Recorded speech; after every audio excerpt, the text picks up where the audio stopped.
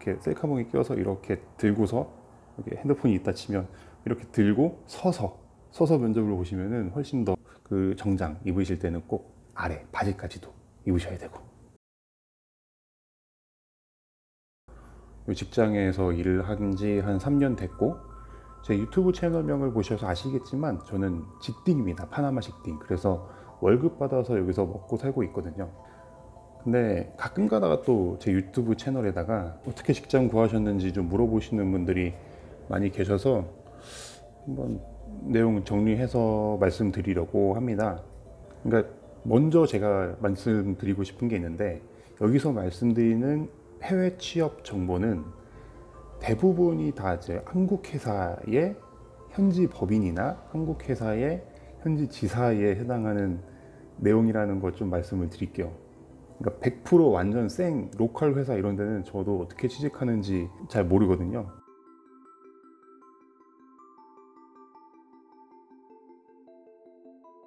해외 취업 정보 같은 경우는 많이 하시는 뭐 사람인이나 잡코리아 이런 데 보시면 물론 나와 있기도 하지만, 제가 추천하는 건 월드잡, 그리고 중남미 쪽 취업 관련해서는 넥스카페라는 카페를 추천드리겠습니다.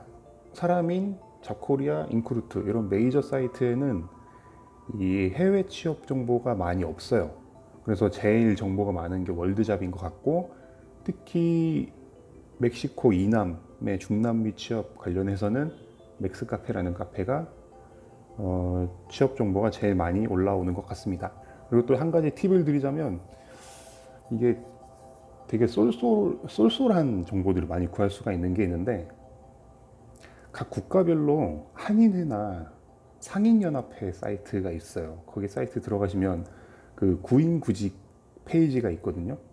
거기 들어가셔서 찾아보시는 것도 좋은 방법이에요. 예를 들면 뭐 아르헨티나에 취직하고 싶다 하시면 아르헨티나 상인연합회 이런 사이트나, 아니면 뭐 스페인에 취직하고 싶다 하시면 그 카탈루냐 뭐 한인연합회 뭐 이런 사이트가 있거든요. 간혹 가다가 저 취직 준비했을 때는 간혹 가다가 그런 데에 좀 공고들이 떠서 한번 자주 둘러봤던 기억이 나고, 대기업들도 거기다가 채용 정보를 많이 올려서 잘 이용하면 되게 좋을 것 같아요. 그리고 급여 수준 같은 경우는요, 회사마다 달라요. 진짜로.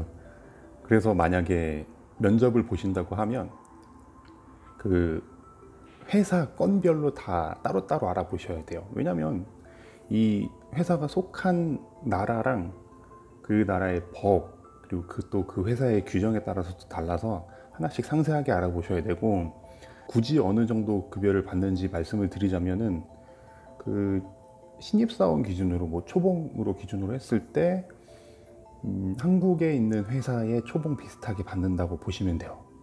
요새 한 200만 원 중반에서 300만 원 사이 뭐 이렇게 왔다 갔다 하잖아요.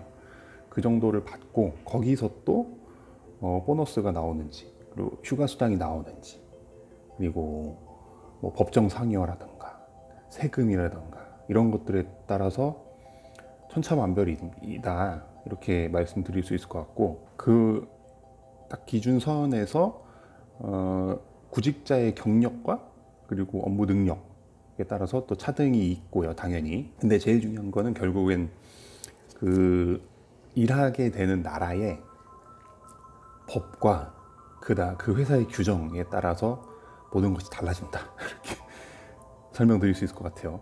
이 급여가 좀 생각보다 작다고 보시는 분들도 많을 거예요. 왜냐면은 이게 해외에서 일한다 그러면 보통 주재원을 많이 떠올리시고, 주재원 같은 경우는 훨씬 더 많은 급여를 받잖아요, 사실.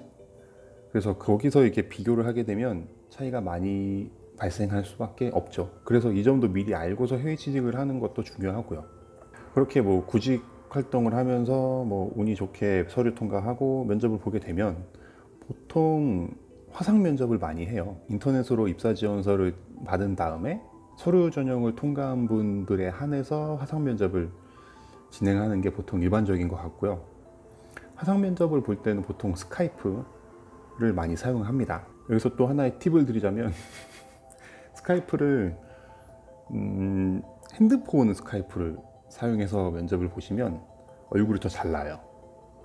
왜냐하면 노트북에 있는 요 카메라들은 다 잡아내지 못해요. 좀 후졌어요. 근데 핸드폰에 있는 카메라들은 요새 워낙 잘 나와서 핸드폰을 셀카봉에 끼워서 이렇게 들고서 이렇게 핸드폰이 있다 치면 이렇게 들고 서서 면접을 보시면은 훨씬 더 이 모습이 잘 보여지고요.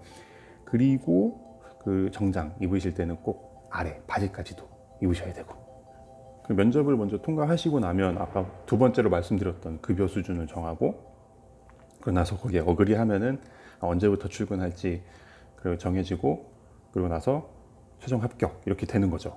해외 취업할 때 중요한 점이 진짜 많아요. 왜냐하면 아까 두 번째로 말씀드렸던 부분들에 대해서 완벽하게 클리어가 되고 내가 알고 있는 상태에서 가야 되거든요. 지금 생각나는 것만 말해도 연봉 얼마인지, 이게 그로스 금액인지 네트 금액인지, 그리고 그로스 금액이라면은 매달 세금이 얼마나 빠지는지, 사회보장 세금은 내는지, 소득세는 내는지, 그리고 입사 확정한 다음에 항공권이 지원되는지, 연간 휴가일수 며칠인지, 그리고 한국으로 가는 휴가 항공권이 나오는지, 최초에 그 나라에 갔을 때 호텔 지원이 며칠 동안 되는지, 그리고 기숙사 있는지, 뭐 주거비 지원이 되는지, 보험 지원 되는지, 이런 것들을 미리 다 노트에 적으셔가지고 하나씩 확인을 하시고 해외에 취직을 하셔야 돼요.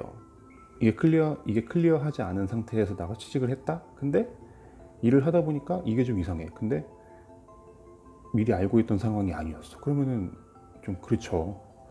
열심히 일하는데 좀 현타 같은 게 좀 올 수도 있어요. 이렇게 말씀을 드렸지만 사실 정작 저는 이 전에 영상에서도 말씀을 드렸지만 저는 막 사이트를 보고 입사 지원도 했지만 결국에 취직하게 된 건 운이 좋아서 운이 좋아서 취직하게 된 거고, 그런 거 보면은 진짜 사람 일이 어떻게 되는지 모른다는 생각을 또 하게 되네요. 네, 오늘은 여기까지 말씀드리고요. 또 내일 다시 찾아뵙겠습니다. 감사합니다.